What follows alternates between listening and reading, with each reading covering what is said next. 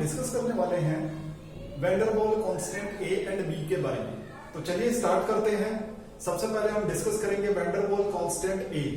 तो सबसे पहले वैन डेर वाल कांस्टेंट ए, जो ए है यहां पर, ये बेसिकली एक नंबर है, ठीक है। अब ये नंबर जो है इसकी वैल्यू हाई और लो का क्या सिग्निफिकेंस है, अभी हम उसको डिस्कस करेंगे। यहां जो ए की वैल्यू हाई होती है, इसका मीनिंग ये है कि जो आपकी गैस है उसके पार्टिकल्स के बीच में जो अट्रैक्शन है वो स्ट्रॉन्ग है, ठीक है ना। ए की हाई वैल्यू का मतलब होता है attraction is strong between real gas molecules.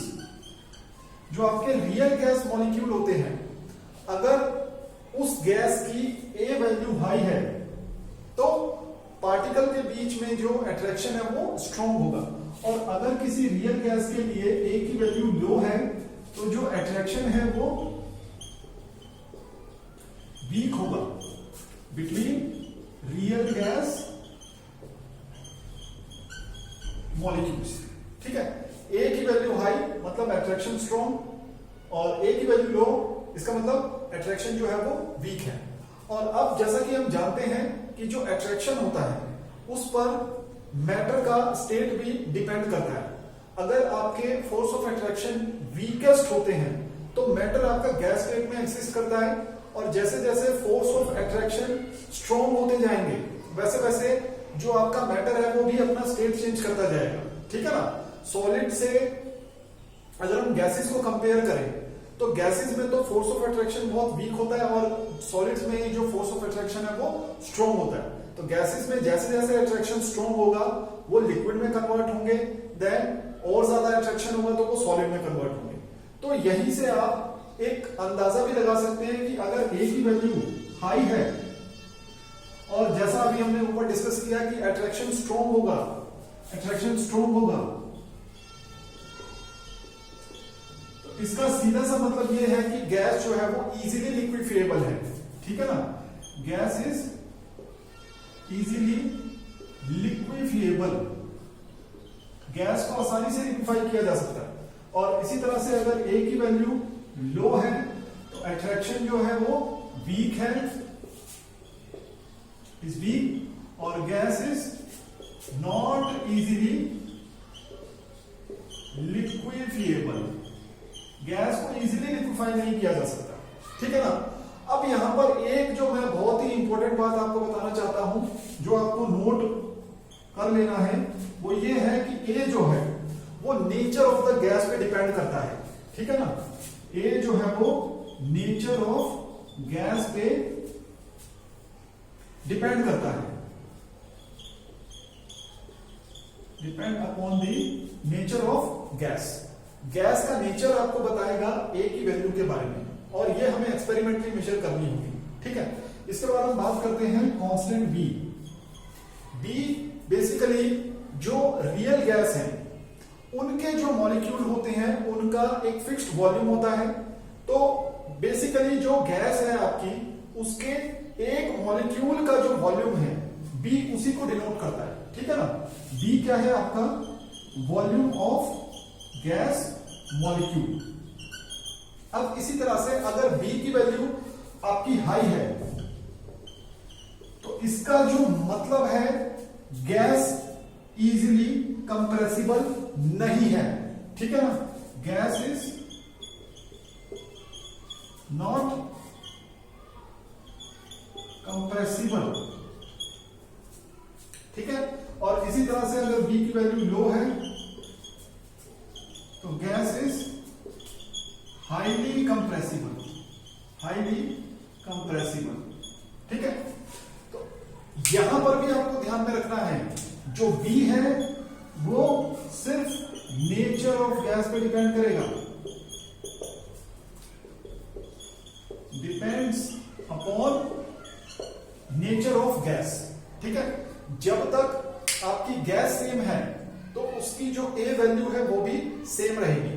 जब तक आपकी गैस सेम है तब तक उसकी बी वैल्यू भी सेम रहेगी। तो जैसा कि आप देख सकते हैं b volume of a gas molecule को डिनोट करता है, और उसी के रिस्पेक्ट में हम कह सकते हैं कि जो हाई बी वैल्यू है इसका मतलब है गैस इजीली कंप्रेसिबल नहीं है, और अगर लो है बी की वैल्यू तो गैस जो है वो हाईली कंप्रेसिबल है। अब इसको अगर हम एक फिगर से समझने की कोशिश करें,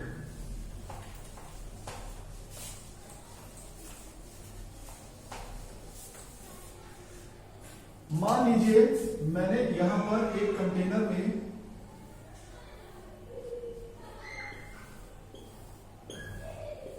एक गैस को फिल किया, इसी तरह से एक सेकंड कंटेनर में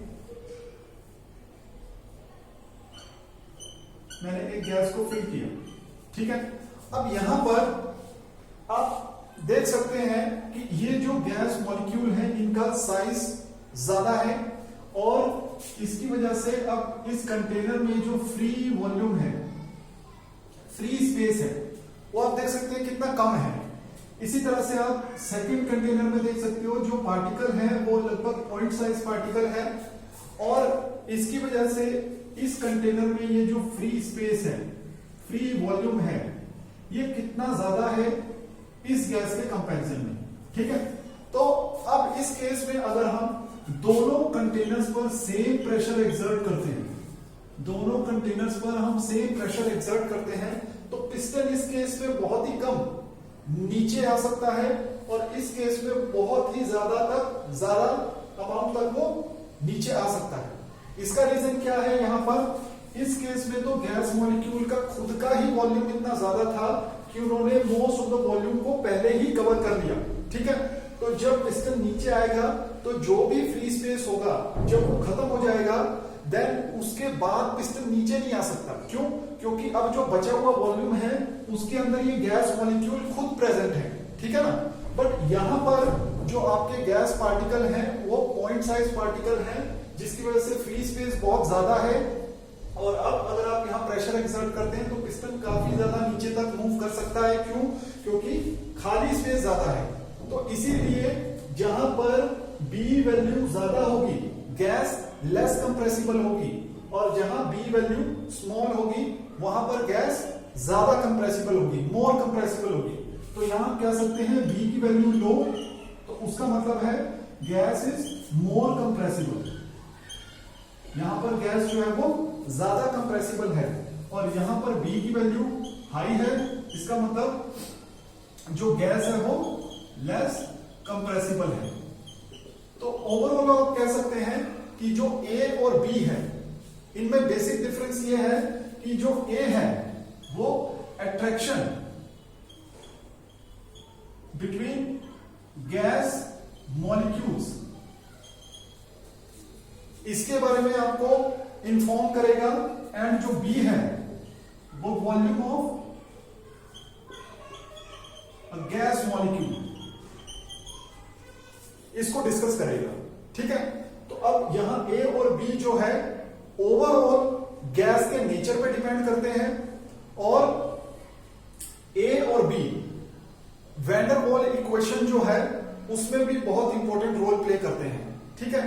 तो अभी हमने देखा significance of van der Waals constant a and B, और इससे रिलेटेड जो क्वेश्चन आप देख सकते हैं, ए से रिलेटेड जो क्वेश्चन है उसमें सिर्फ इतना ही कहेगा वो कि डिफरेंट वैल्यू से देगा वो ए की, एंड देन वो आपको कहेगा कंपेयर करने के लिए कौन सी गैस ज्यादा लिक्विफिएबल है और कौन सी गैस लेस इजीली लिक्विफिएबल है, ठीक है। तो ए जो है वो एक्सटेंट ऑफ अट्रैक्शन को डिनोट करता है, तो ए की वैल्यू जितनी ज्यादा होगी उतना इजीली गैस लिक्विफाई होगी, और ए की वैल्यू जितनी लो है गैस उतनी ही लेस लिक्विफिएबल है, या उतना ही डिफिकल्ट है उसको लिक्विफाई करना। सेम बी के केस में आप कह सकते हैं बी का सिग्निफिकेंस ये है कि ये गैस के वॉल्यूम को डिनोट करता है। अगर गैस का खुद का वॉल्यूम बहुत ज्यादा है और फ्री स्पेस उस केस में कम है तो गैस लेस कंप्रेसिबल होगी, और इसी तरह से अगर गैस के खुद का वॉल्यूम बहुत कम है तो काफी ज्यादा कंप्रेस कर सकते हैं हम गैस को। तो ये है significance of a and b, that is van der Waals constant, और इसके बाद अब हम डिस्कस करते हैं वैन डेर वाल इक्वेशन को, जिसमें आप देख सकते हैं an² बाय v² का टर्म प्रेशर के साथ ऐड किया गया है एंड वॉल्यूम में n इंटू बी का जो टर्म है उसको माइनस किया गया है। अब हम उसको डिस्कस करेंगे।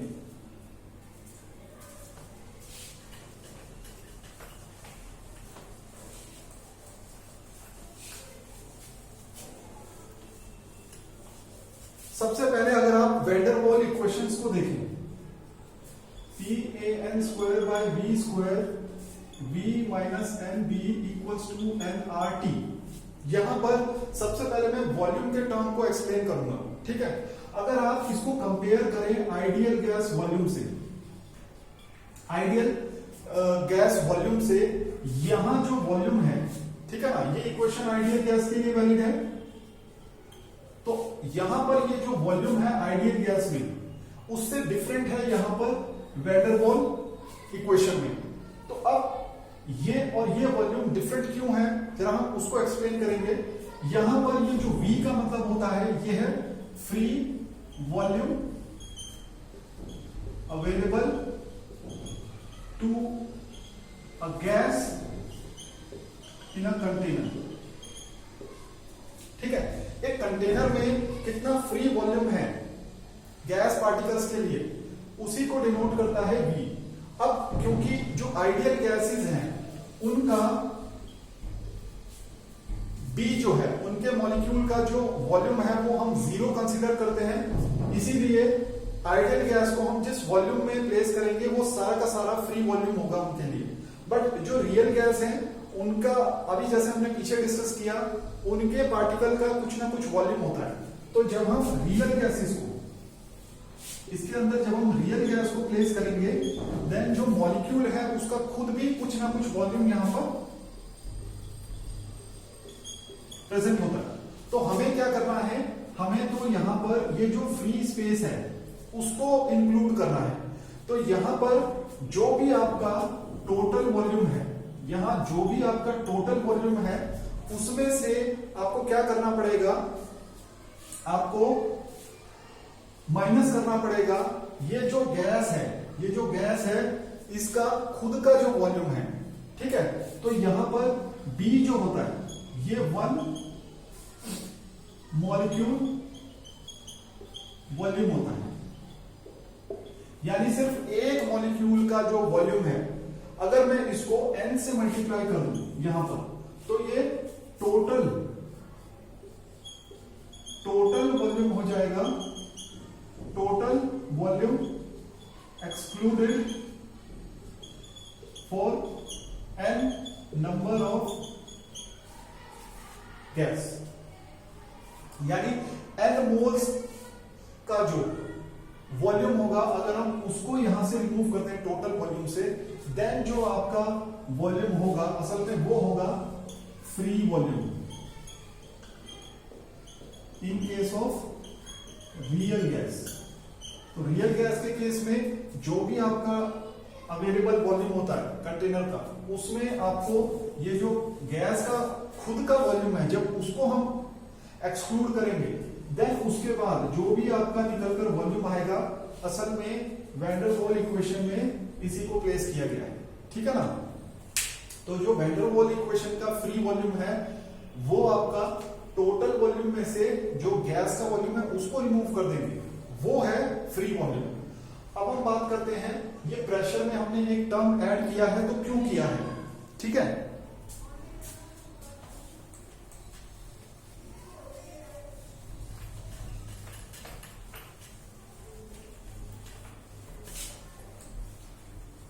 अब यहां पर आप देख सकते हैं प्रेशर में हमने एक टर्म ऐड किया है an² बाय v²। अब इसको हमने क्यों ऐड किया है, तो जरा इसको देखते हैं। देखिए, जो आपका रियल गैस वॉल्यूम होता है वो कम होता है, ठीक है।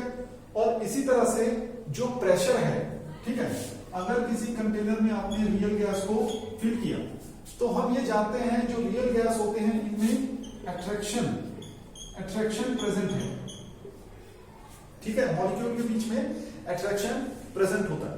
तो एट्रैक्शन की वजह से यहां पर जो भी प्रेशर होगा इस गैस की वजह से उसकी वैल्यू आइडियल से कंपेयर करें तो लो होगी, ठीक है ना। यानी ये जो आपका प्रेशर है रियल गैस का वो आपका आइडियल प्रेशर से तो कम होगा, ठीक है।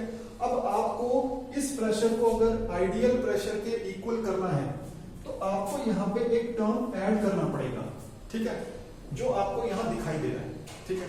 तो अब हम इसी को देखेंगे ये किस तरह से हम यहां पर प्लेस करते हैं, ठीक है। तो अब हमने देखा ओवरऑल जो हमारी रियल गैस है उसका कुछ प्रेशर कम आ रहा है, आइडियल की कंपैरिजन में जो रियल गैस का प्रेशर है वो कम आ रहा है, ठीक है। अब हमें इसको इस प्रेशर को अगर आइडियल प्रेशर के इक्वल करना है तो हमें इसमें जो चीज की कमी हुई है, ठीक है ना, यहां जिस वजह से कमी आई है उसको हमें ऐड करना पड़ेगा इसमें, तभी वो हमारा आइडियल प्रेशर के नियर अबाउट वैल्यू देगा, ठीक है। तो अब मान लेते हैं यहां पर आपका एक गैस मॉलिक्यूल है, वो यहां पर कंटेनर से कोलाइड करने जा रहा है, ठीक है। बट जैसे जैसे ये पार्टिकल कंटेनर की वॉल को अप्रोच करेगा तो आप देख सकते हो जो पार्टिकल की पीछे की तरफ डेंसिटी होगी, यानी नंबर ऑफ पार्टिकल जो इस पार्टिकल के पीछे प्रेजेंट है वो ज्यादा है एज कंपेयर टू जो उसके आगे है, ठीक है। तो यहां पर आपके जो पार्टिकल हैं उनका नंबर कम होगा, पीछे जो पार्टिकल हैं उनका नंबर ज्यादा होगा, तो ओवरऑल पार्टिकल एक दूसरे को अट्रैक्ट कर रहे हैं, ठीक है ना। तो जो इसके राइट हैंड साइड पर पार्टिकल है वो इसको अपनी तरफ अट्रैक्ट करेंगे और जो पीछे की तरफ पार्टिकल है वो इसको अपनी तरफ अट्रैक्ट करेंगे। बट अगर हम यहां पर देखें इस मॉलिक्यूल पे ओवरऑल इसको जो नेट फोर्स एक्सपीरियंस होगा, नेट ड्रैग जो एक्सपीरियंस होगा वो बैकवर्ड डायरेक्शन में होगा, ठीक है ना। तो इस वजह से ये जो पार्टिकल है ये उतना फोर्स से कोलाइड नहीं करेगा जितना इसको करना चाहिए था, ठीक है। तो इस वजह से यहां इस पार्टिकल की वजह से जो प्रेशर में कमी आई है वो क्यों आई है, क्योंकि इसके पार्टिकल्स पीछे जो है वो अट्रैक्ट कर रहे हैं इसे, ठीक है ना। जो प्रेशर कम हुआ वो क्यों कम हुआ, क्योंकि इसको पीछे ये जो पार्टिकल है ये अट्रैक्ट कर रहे हैं। तो कमी किसकी वजह से, पीछे वाले पार्टिकल्स की वजह से। तो प्रेशर में जो कमी है वो किसकी वजह से, पीछे वाले पार्टिकल की वजह से, यानी n पार्टिकल और v ओवरऑल वॉल्यूम में जितने हैं, ठीक है। अब ऐसा ही केस आप देख सकते हो जैसे अभी हमने यहां पर देखा, इस पार्टिकल को यहां पे कोलाइड करना है पर फुल फोर्स से कोलाइड नहीं कर पाया, क्यों, क्योंकि यहां एक अट्रैक्शन है, तो अट्रैक्शन ने इसको रोक लिया, ठीक है। अब यहां पर ये एक पार्टिकल है और ऐसे तो बहुत सारे पार्टिकल हैं, उनपे भी ये सेम केस अप्लाई होता है, ठीक है ना। यानी सभी के सभी अपने फुल फोर्स से कोलाइड नहीं कर सकते जितना उन्हें करना चाहिए, तो जो प्रेशर में कमी है वो उन सब पार्टिकल्स पे भी अप्लाई होगी, तो उसको भी हम यहां कंसीडर करेंगे, ठीक है ना, ठीक है ना। तो यहां पर ये ओवरऑल अट्रैक्शन की वजह से जो कमी आई है P ड्यू टू अट्रैक्शन, ठीक है ना।